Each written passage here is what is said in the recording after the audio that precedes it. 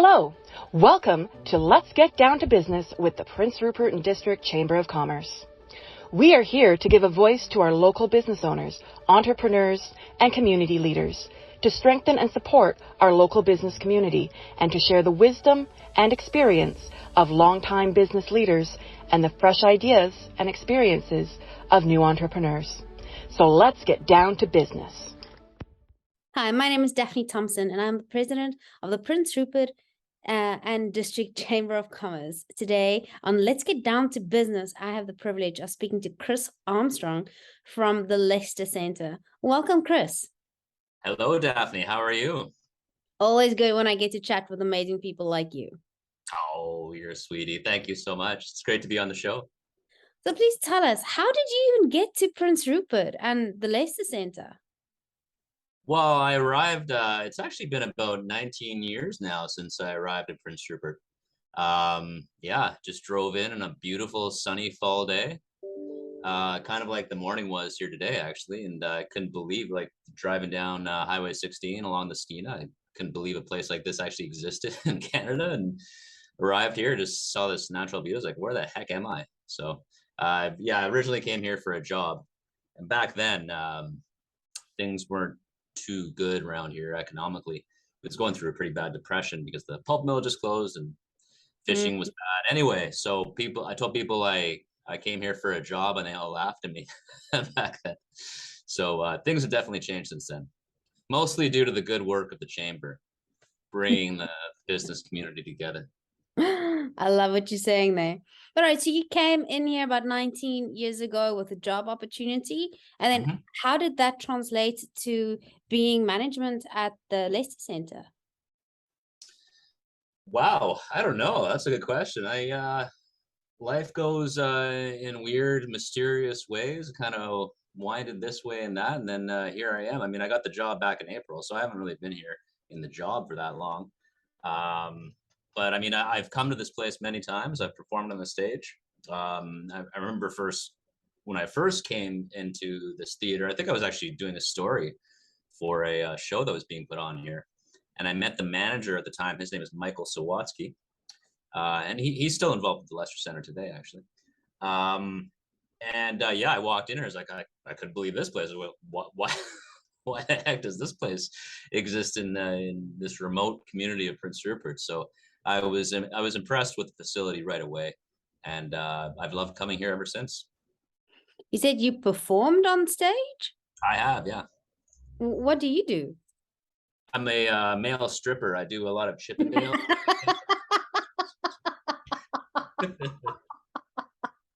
I hear about this. That was my kind of introduction to the community, I suppose. Oh my goodness! And this is the first time I hear of this.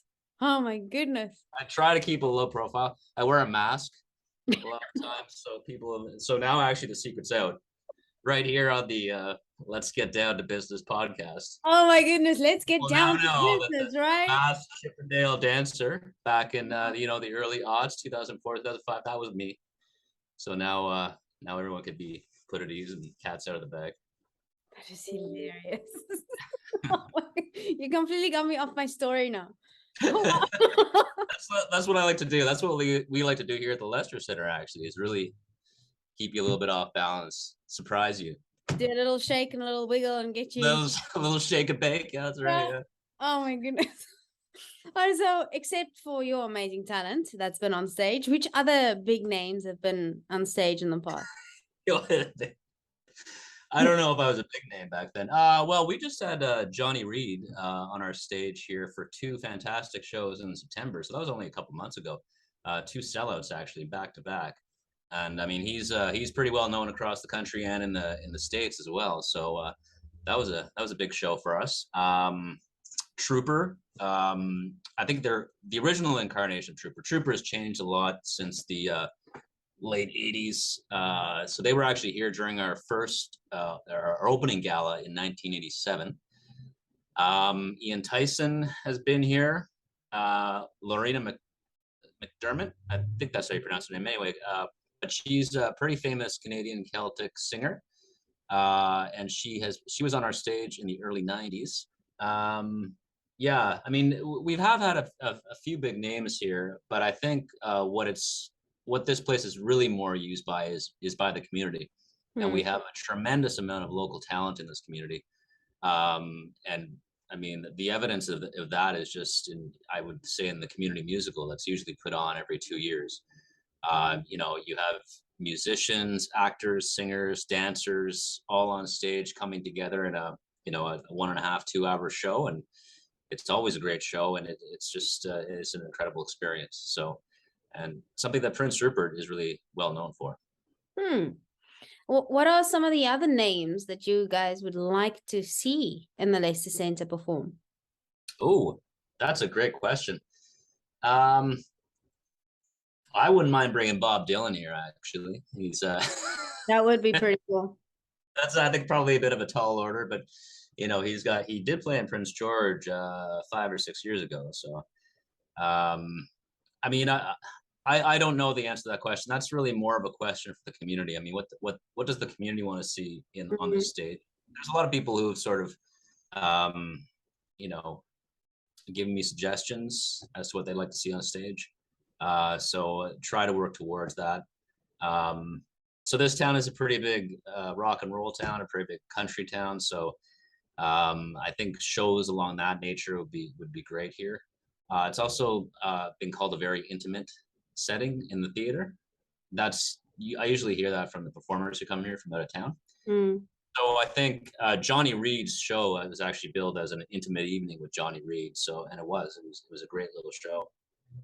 Uh, so I think bringing acts in that have that maybe intimate appeal to them. And even though Johnny Reed he's played on big stages before and in front of thousands of people, he brought in a much smaller crew, much smaller band, and put on a great show at the same time. But stuff like that, I would like to see more stuff like that in our stage, like maybe bigger acts that bring a sort of an intimate, scaled down show. And To how do you guys go about getting that talent here? I would love to see someone like Cat Stevens do an acoustic version. Or Oh yeah, Cat Steve, is he still around? Is he still performing?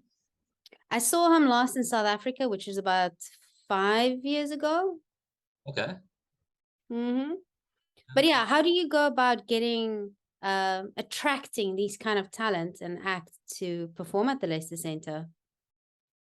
Well, that's a really good question, Daphne. I think the main thing that you need to do to attract acts like this would really be to enhance the reputation of the facility, and that's actually part of our current vision right now. We really want to enhance the reputation so it's a nationally recognized facility right across the country. And really, I mean, we've already got a pretty good start on that because regionally, there really is not a place like the Leicester Center of the Arts in northern BC. I mean, I can't really think of a facility. There not to say that there aren't theaters in northern BC, but there's not really a lot of theaters like this one, this big, this you know, classy, that's not attached to a school, like literally attached to a school, right? So this is a standalone facility. So I think we really need to leverage that and to burnish our reputation that way, and that's how we could start bringing in great acts. Eh, I know the Leicester Centre just turned 35. It did, yeah. How did it come about that our little town really was able to establish such a phenomenal facility? How did that come about? Uh, yeah, that's a really good question. Really interesting story behind that. So, back in the 80s, well, actually going back before the 80s, I don't like to go too far back in these stories, you know. Otherwise, you end up saying, well, back when Prince Rupert was founded in 1910, it brought in many troubadours and troops all from all over the country. No, so I mean, I think in the 60s and 70s, there was a really strong performing arts community here, Mhm. and they didn't really have a home. They would perform in the civic center or gym, stuff like that, and they wanted a place to call their own, really. And there was a theater downtown called the Capitol Theater, which, in fact, is where the current offices of the Chamber of Commerce are housed today. Um, So there's this theater downtown. I don't remember how many seats it was. I think maybe between 400 and 500. But there was a movement by the arts community to get the theater expanded, so turn it into a proper theater, not just a cinema. And they did a bit of an analysis around that, and to you know, do the necessary renovations, it would have cost millions and millions of dollars. So it actually went to the council didn't want to decide on their own, so it actually went to referendum, and the people of Prince Rupert voted down the proposal to expand the Capitol Theater downtown. Now, the arts community, though, did not take that as a failure. That they sort of that kind of springboarded in this idea is like, well, we can't do it downtown, but we need a place, and the city has this property on Wantage Road and Highway 16. Why don't we try building something there? So then the whole effort began again. Council passed it. From what I heard, it was passed by one single vote. And then the building began, I believe, sometime in 1986. After, I mean, lots of engineering. They went to a theatrical architect down in Vancouver who came up with the plans. Then, of course, it went out to tender, all that fun stuff. And then I think they finally broke ground, I think May or June 1986. And it was officially open to the public on May 6th, 1987. So really, it was definitely a community effort. The city of Prince Rupert, I think, put in the most money to build it. I believe the provincial government, to give them their due, they also put in a few $100,000 into the building, the facility as well. But really, it was mostly a community effort to get this place built, and it was built at that time at a price tag of $3.5 million. Oh. I mean, if you've ever been in here, it looks worth a lot more than 3.5. I actually asked a contractor the other day, is like, what could you get today for 3.5 million? And he said, well, we could build you an entryway. So yeah, so I think I think most people in Prince Rupert realize how lucky we really are to have a facility like this in our community. So you keep speaking about a performing arts center, and now it's called the Leicester Center. How did that name change happen? Right, yeah. So when it first opened, it was called the Performing Arts Center. In fact, people today still call it the PAC, Performing Arts Center, PAC. But it's just, that's kind of what people in Rupert are like. They kind of hold on to those old brand names. I think it was around the name change. I don't remember the exact year when it happened. But there was a mayor of Prince Rupert. He served for over about 35 years. His name was Peter Lester.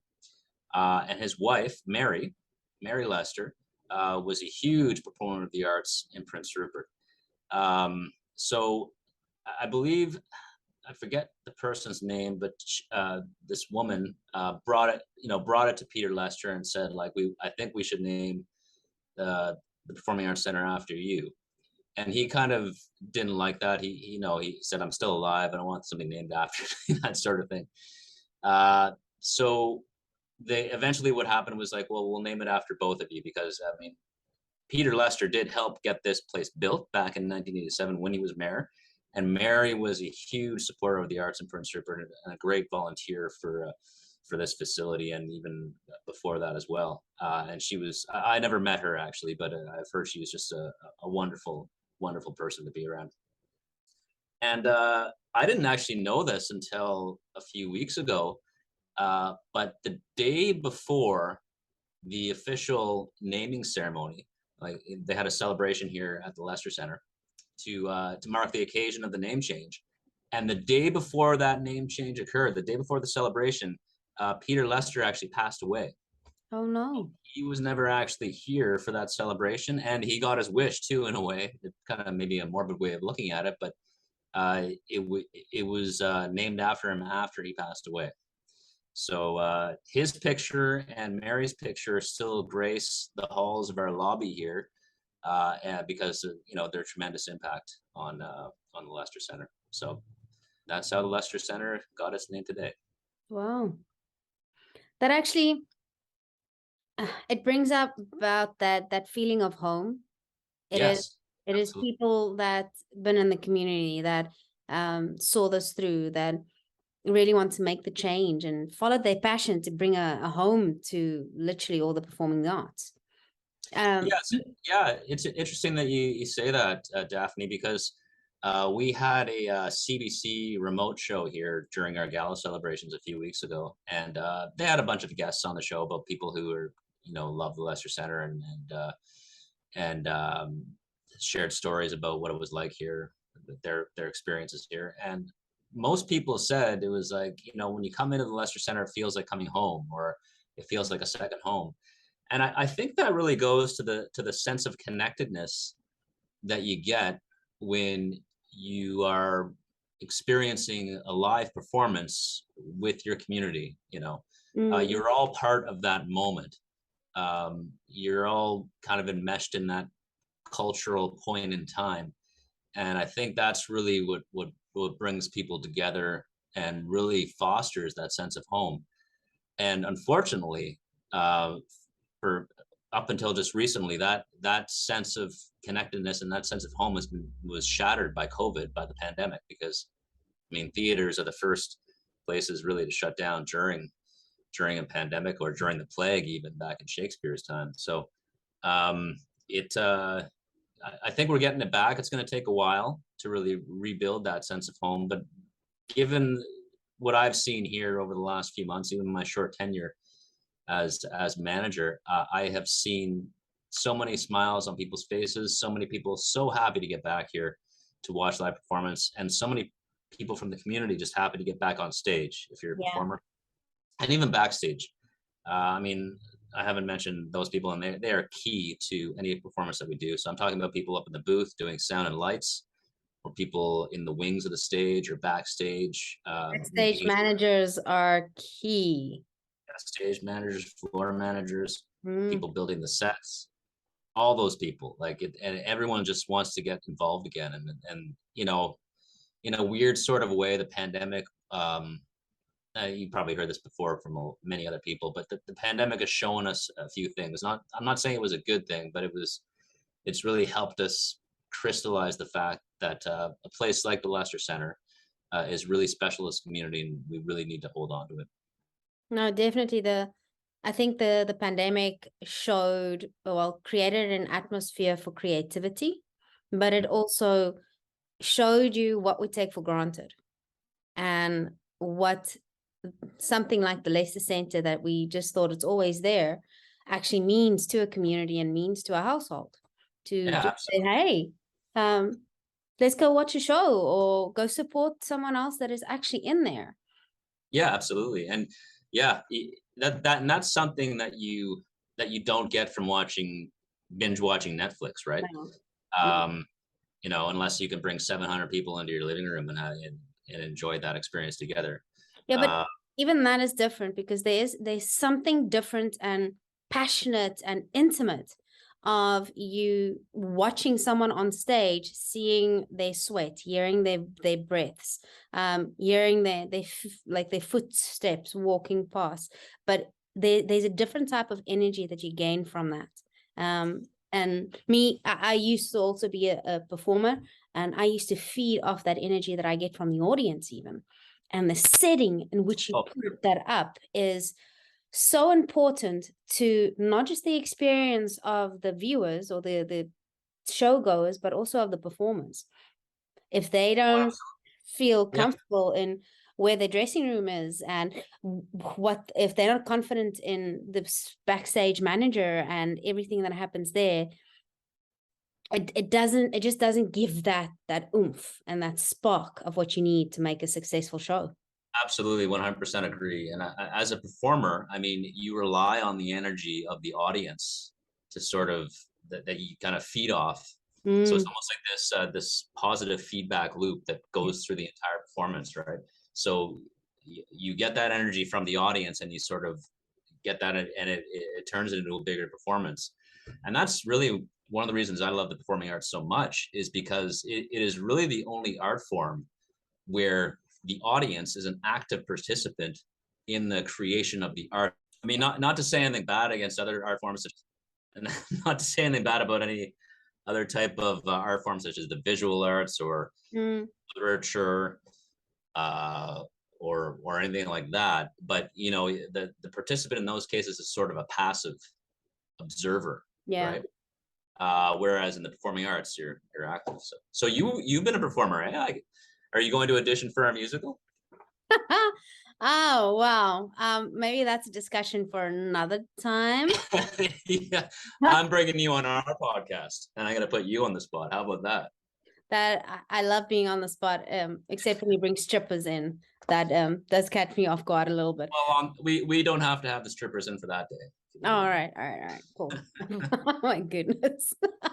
But I'm part of the Rotary as well, and I know the Rotary also just funded or helped assisted with the green room at the Leicester Centre. Tell us about that.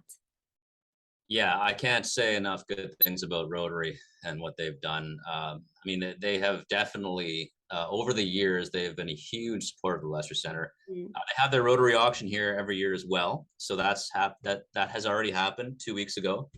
But yeah, so we have for those of you who might not be in the theater world, the green room is sort of a room where the actors, the performers hang out before they go on stage. It's sort of where they gather themselves.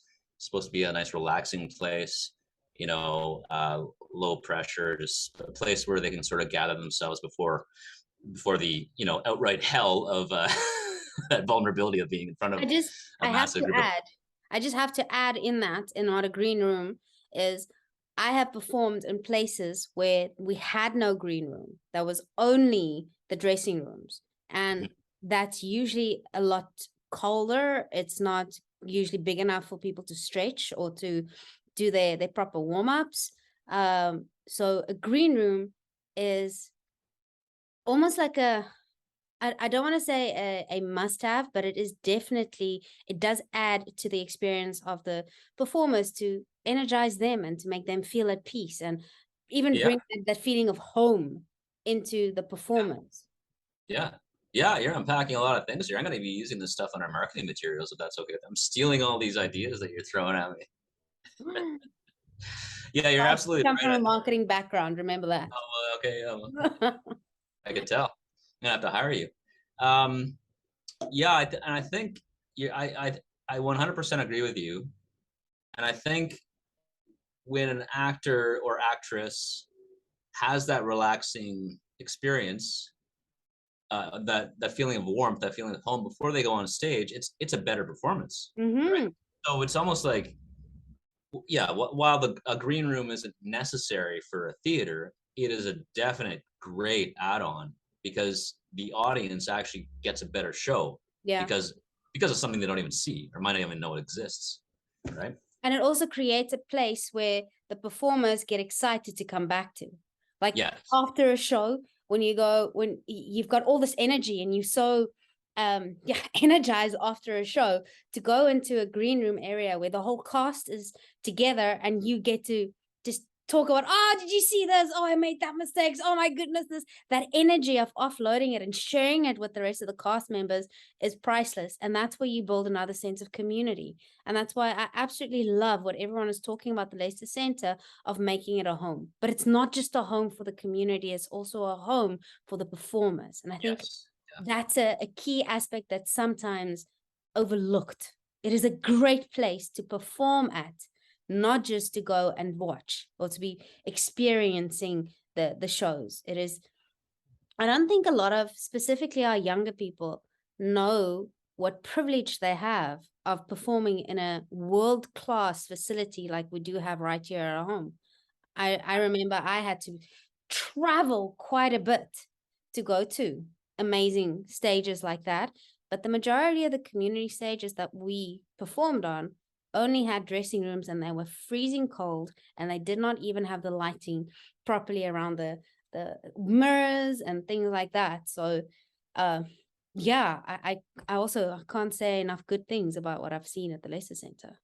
Well, thank you, Daphne. Yeah, Rotary helped finance a new green. We had a green room. It had been there for the stuff in the green room had pretty much been there for the last 35 years. It was in desperate need of an overhaul, and Rotary stepped in and basically financed most of the renovations to the room and really brought a whole bunch of people from the community together with different skill sets to ensure we had nice paint on the wall, nice cabinetry, you know, nicely decorated, good appliances, a nice TV in there, and they made this whole thing happen.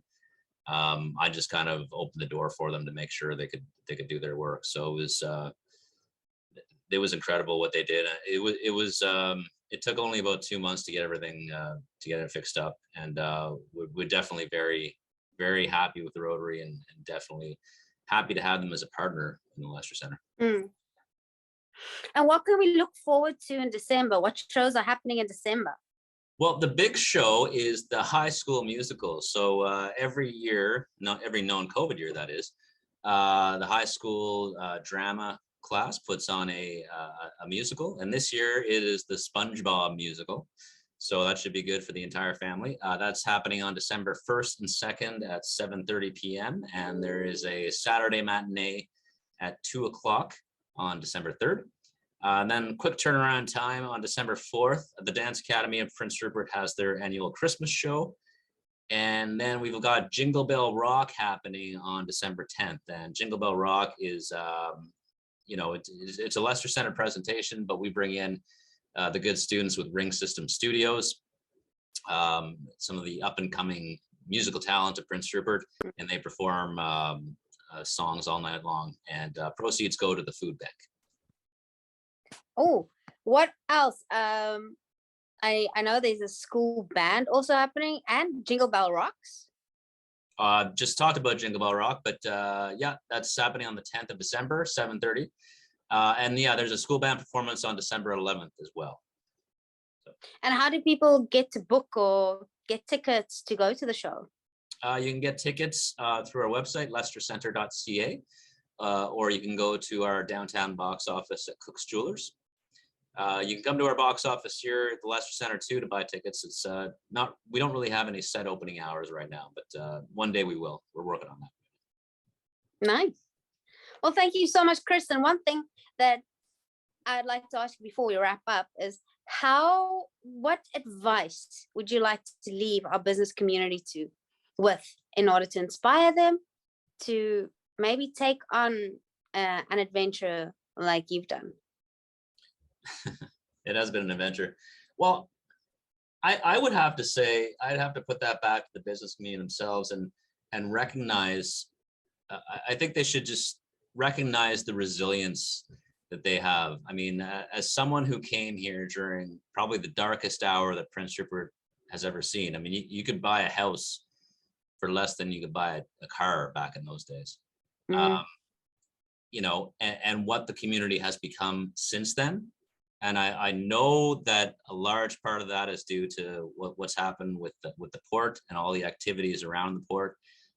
But it's also the people of Prince Rupert that have, you know, helped that develop and helped that grow, and it came together to create a better community over the last 20 years. So, you know, I think just, you know, business people of Prince Rupert, or people who want to start a business at Prince Rupert, talk to people who have been here for a while and talked about their toughness and their resiliency, and even when it was dark times here, how much they just kind of plowed ahead and made sure that they could thrive and prosper today.